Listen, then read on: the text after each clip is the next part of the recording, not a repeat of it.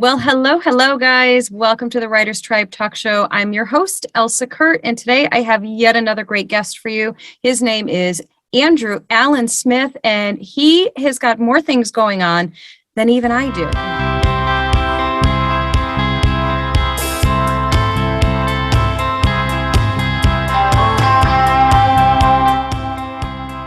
That's pretty darn impressive. So, hey, buddy, welcome to the show. Howdy. I'm a cowboy. How are you? I am doing great. I'm so happy to have you on and talk about the many things that you have going on. So I did my homework. I know that you are a poet. You are a novelist. You're an adventurer. You're a deep thinker. I mean, you're kind of like I'm going to call you a Renaissance man. That's the vibe I'm getting. How far off am I? You might be close. Renaissance man is something I haven't been accused of for a while, but my brain does kind of go in a lot of unique and interesting places as I'm wandering around, both in the literary world and the real world too. I love it. I got to take a look at your blog, and I really love your writing style. It actually makes me feel like I've just pulled up a comfy chair and there's like a fire going, and I'm just listening to something really calming and peaceful, and really damn smart too. How'd you get so darn smart, sir? Well, I don't know if I'm all that smart, but I've kind of been around the block and around the world a few times. I traveled for a job in a pharmaceutical research company for a long time, and it gave me the opportunity to see the world in a unique way. And I wanted to share a bit about it. My blog is kind of a strange thing. It was born out of the idea that we don't have all the time in the world left, and we better be enjoying everything that we've got, which is kind of opposite of many of the things I write as well. So I go from two completely different areas, this idea that this is potentially the last minute of your life and you better have the passion to embrace it and go on, to, boy, there's a lot of scary things in the world and you better embrace those too. So it's kind of a very different way of looking at the world. I like it though. I like it a lot, actually. I feel like there's so many nuggets of life lessons and hard-earned wisdom and things that really do need to be passed on and passed down to people who are so immersed in the hectic of life. And, you sit and read some of these things and it does kind of take you down a notch, in a good way, It kind of makes you stop and go, wait a minute, because I love the structure of your blogs. You talk about, well, let's go back actually to the title of your blog, 29,000 Sunsets, correct? Absolutely. Explain that, will you? Well, it started out as a blog for my children to leave them something, and I took it a little further. The idea is really easy. If you knew that you only had 29,000 sunsets in the world and today was day 28,999, what would you do different, and why aren't you doing it today? And I tried to take that to my children, and it was really good. And then one day I started looking at my statistics, and I keep the comments blocked and don't really look at it. But when it passed 2 million views, I was like, people are reading this. And it was not even because I had it on Facebook. Now I post a link to it on Facebook daily, and I get hits from mostly the United States, but all over. And some days it's a few hundred. About a week and a half ago, it was over 2,000, but it just depends on the day how many people visit. And I don't know. Every once in a while I get a letter that says, you really made my day today. And sometimes I don't. It's okay. But I'm writing it just for me and my kids and anybody who wants to listen. I love that. That's so impressive. The numbers, of course, are impressive, but the reason behind that, the purpose or the cause of that is, one, it's really great writing, sincerely, and two, there's a point to it. There's a purpose to it, and when you get to that nugget in the piece, and they're not crazy long reads, they're like perfect length reads. I really enjoy them. I consider me one of your followers now, one of your readers. So yeah, no, very good stuff. I love it. 29,000sunsets.com, right? That's the actual. That's right.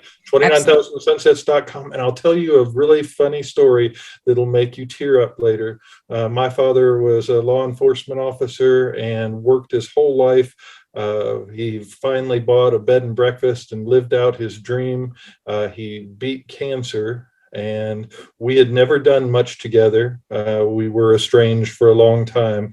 And I received an email from him on a Sunday. This was back in 2003, telling me, we have never gone on a bike ride together. I'm putting my motorcycle together, and we're going out. And I had my motorcycle I rode constantly. I got a message from him on the Sunday, and on Thursday I got the call that he had passed away. And it was there that I actually registered the name, simply because there is no tomorrow. You should have done it today. So it was a big thing. It was a really big thing. Absolutely. Yeah, that's a life-changing moment, realization right there. Of course, the loss of opportunity and possibility, so many things there with that. And, for me personally, of course, you get me right in the heartstrings with the law enforcement, as we spoke off air about my connection with that. So I debt of gratitude to him for his service. And of course, I'm sorry for your loss. I know it's been a little while, but still that's a heck of an impact. But what I love about that is what you did with it. You took something really sad and that you could have felt really bitter about, and you made something really good and important come from it. And I think that in itself is a huge lesson for anyone who's struggling right now with any aspect of their life, really. Like, if things are terrible, how can you make it better?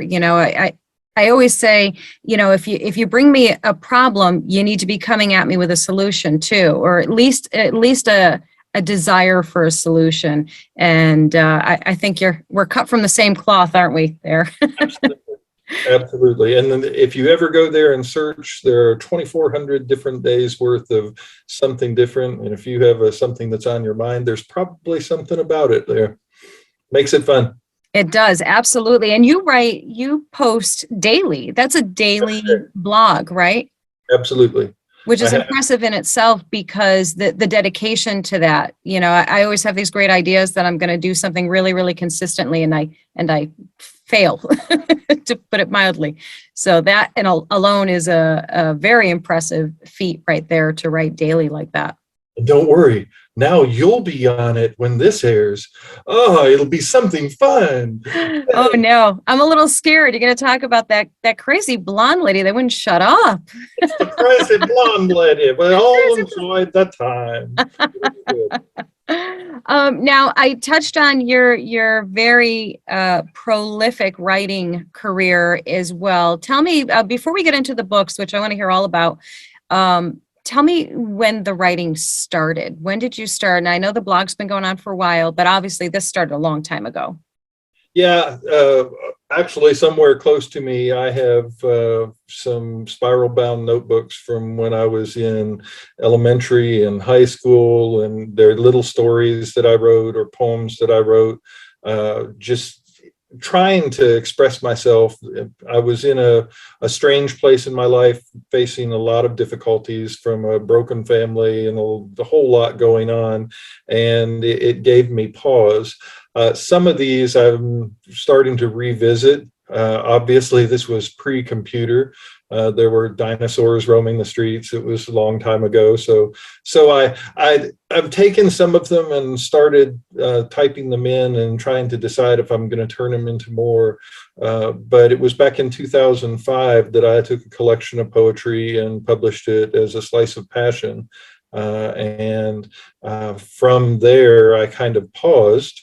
And in 2015, two friends, Gary and Lorene Samples, they have a nice candy store. They were pushing me and they said, you know, you write all this stuff and you're so good at speaking, you should write this down. And so I sat down and wrote Vengeful Son, actually in 30 days. Whoa. And it was, I thought about going to a group of publishers, and then I thought, well, I'll try this self-publishing thing. I tried self-publishing and it did well. And I ended up with a couple of faults, the dumb faults of a first self-published book, like, didn't edit as well as I thought I did. And I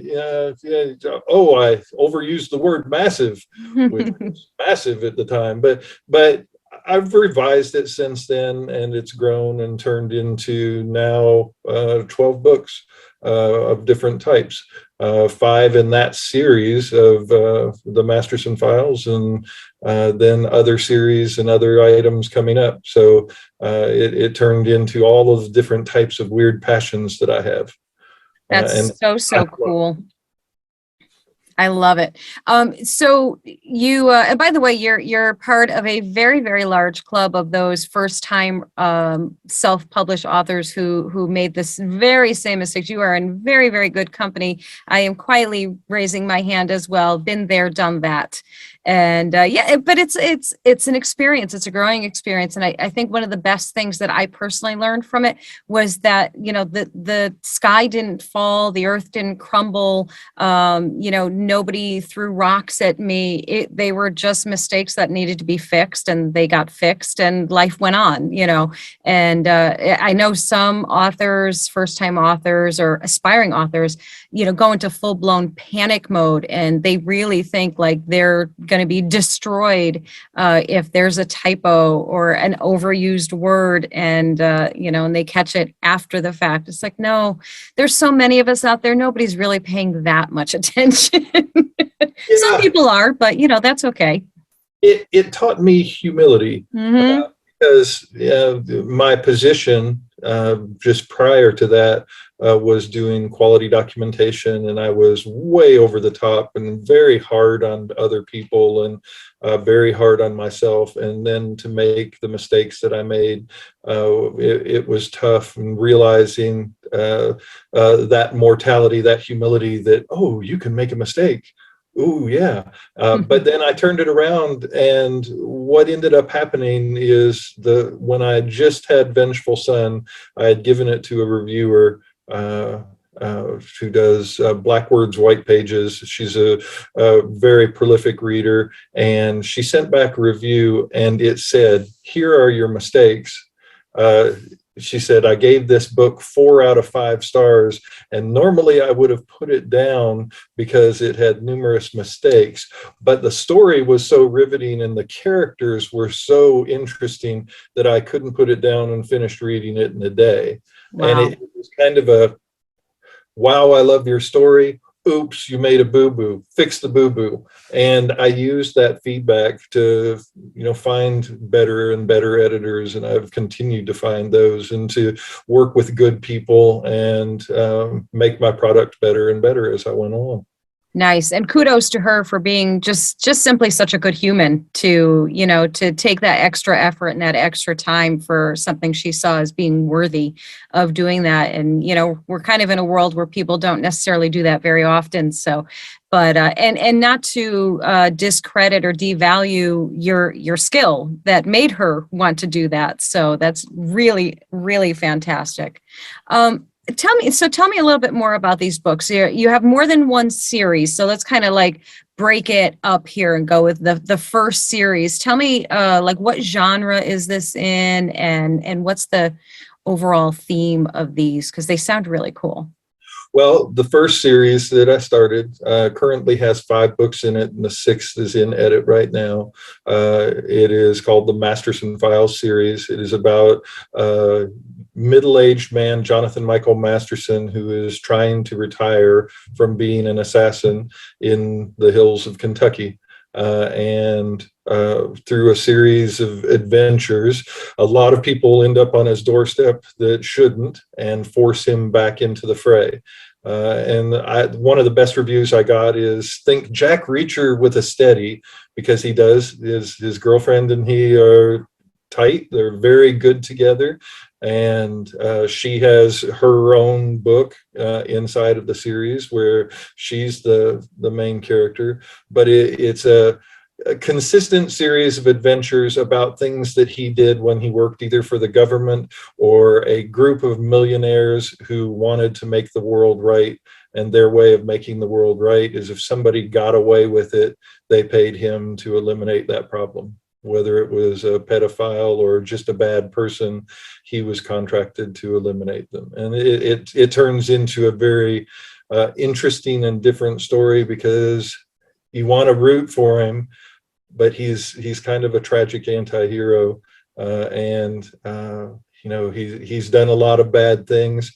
All he's trying to do is stop. I think you hit the essence of what makes a great protagonist, though. It makes a great character. The good and the bad, the light and the dark, and all of those things. I think that's a really perceptive and smart way to write a character. He sounds fantastic. The series sounds really great. What made you come up with that series or that character? Even like, go break it down to even the character. What triggered this whole set of stories for you? Well, the actual main character, it's kind of weirdly based on someone I met at a range, but all of the weapons, tactics, everything in there are things that I have either studied. I've shot every weapon that is inside the book. I wanted something that was more realistic. If you watch TV or read a lot of books, most people don't know about weapons. And since my father was in the ATF, I learned a lot about weaponry. We used to have interesting shoot-offs at the range all the time at more and more ridiculous distances to try to see who would win, and it was always fun. And I wanted to see something that was done right, not with clips, which don't really exist. It's magazines and done right. And when I got a review that said one of the books that actually gets the weapons right, I was like, "Ooh, I've made it halfway there. Now I need to sell 1 million copies." That would be the other way. But it was also a combination of a lot of things that either I had experienced or I had seen, and I wanted to do something that made sense. No, and number one question at book signings, I am not an ex-assassin, but it sounds good. But no, I'm not an ex-assassin, and I don't know why people ask that at book signings. Yeah, you could have a lot of fun with them with that. You really could make them a little bit nervous, as maybe you should, for them asking that. Exactly. Right? Oh, well, I think you probably won over a lot of potential readers just with having accurate, verbiage in there about weapons and everything. And I'm gonna be honest, I'm so jealous of how many different weapons that you've got to play around with. So jealous. All right, so now, and you have another series, is that right? Yes. I started a second series. A lot of people said, "Can you step out?" And so I started, and there will only be 5 books in the series called The Eternal Forever. It's a real different concept. Someone that I know read the Eternal Forever and was like, "This isn't like one of your books." And someone who had read my books posted a review on it and made that same statement.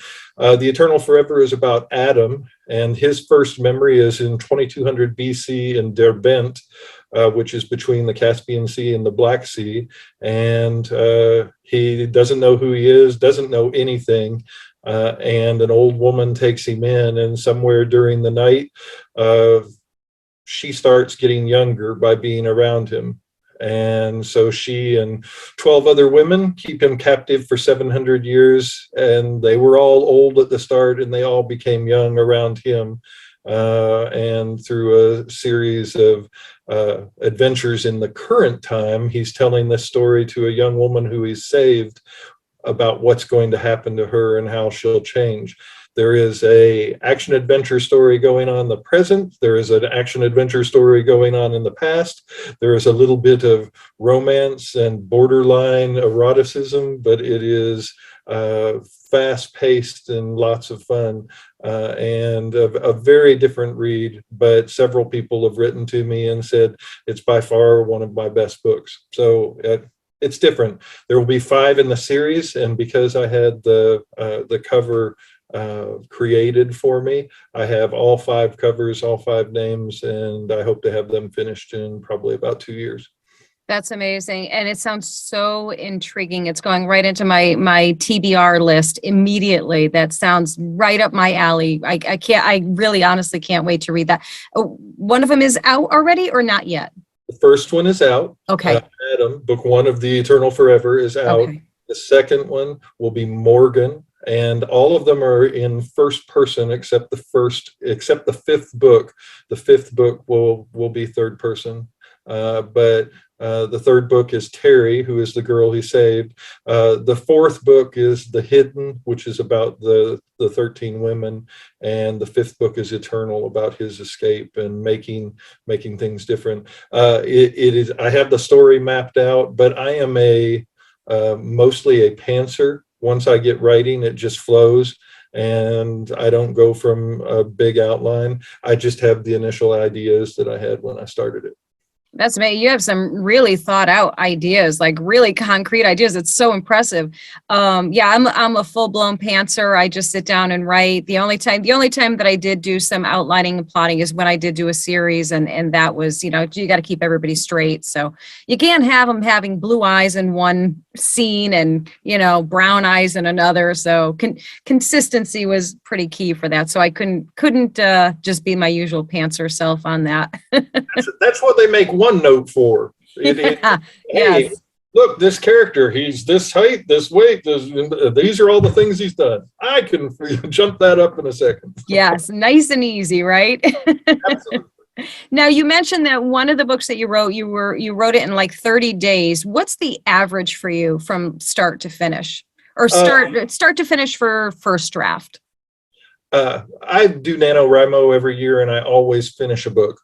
I can always finish a book in 15 to 20 days.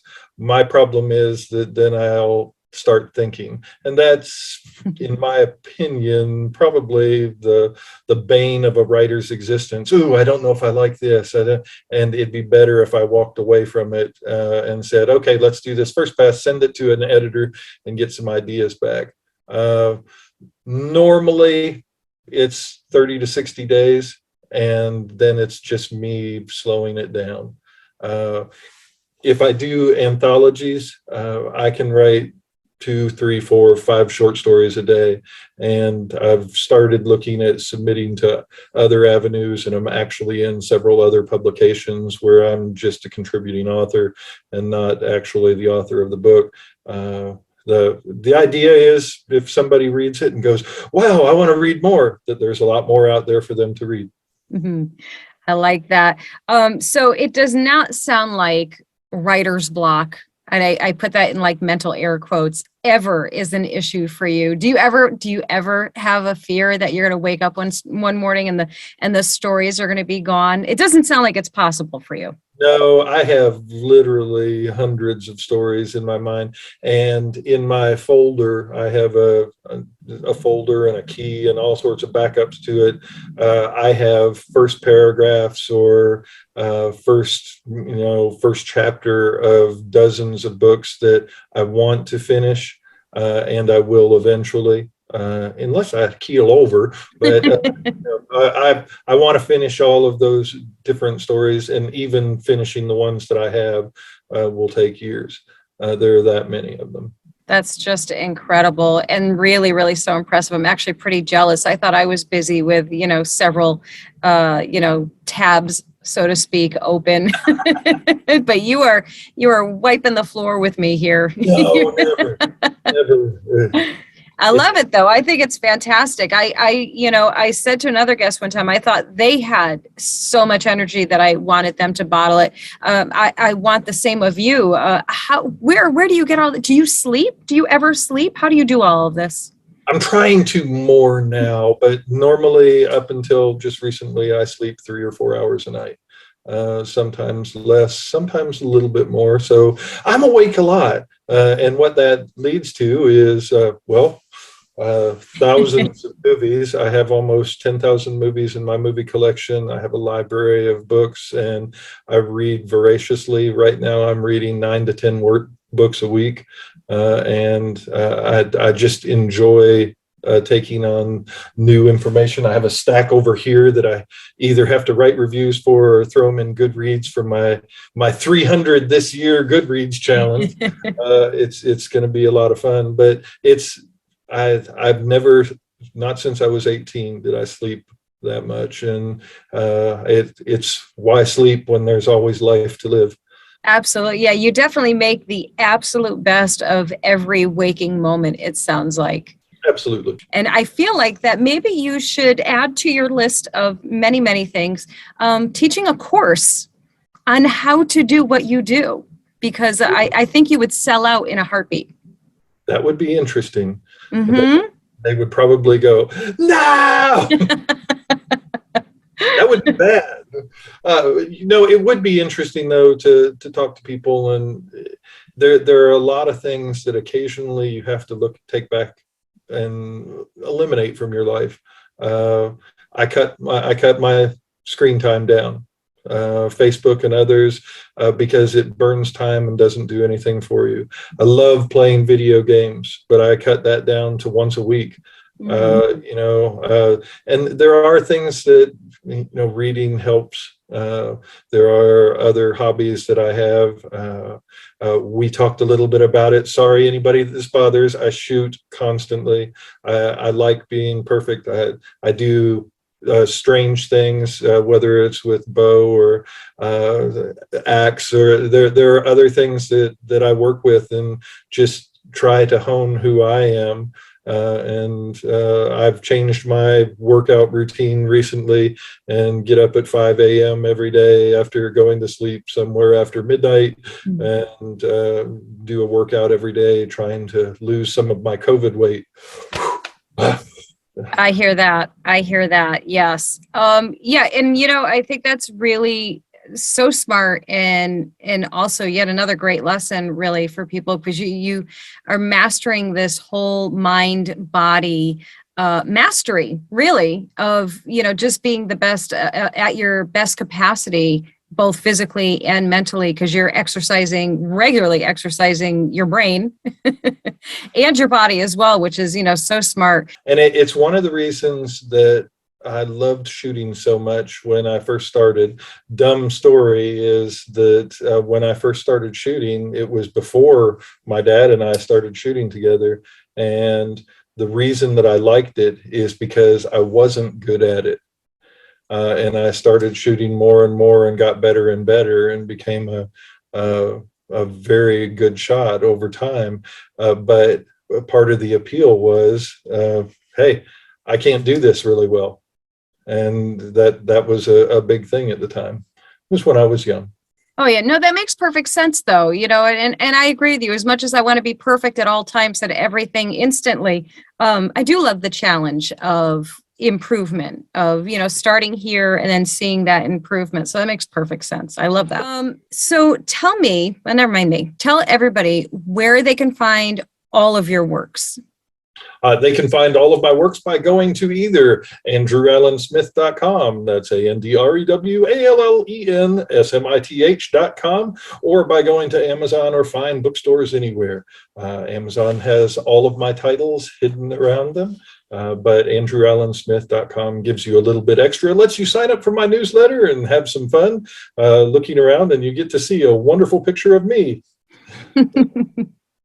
I love it. That is fantastic. So, so cool. And definitely check out the website because it is fantastic. The blog is just wonderful. Any thoughts? I thought I was going to wrap it up, and now I have more questions because I just want to keep picking your brain. Any ideas or thoughts to taking the blog entries and making a book, some kind of journal or anything out of that? I have started with that.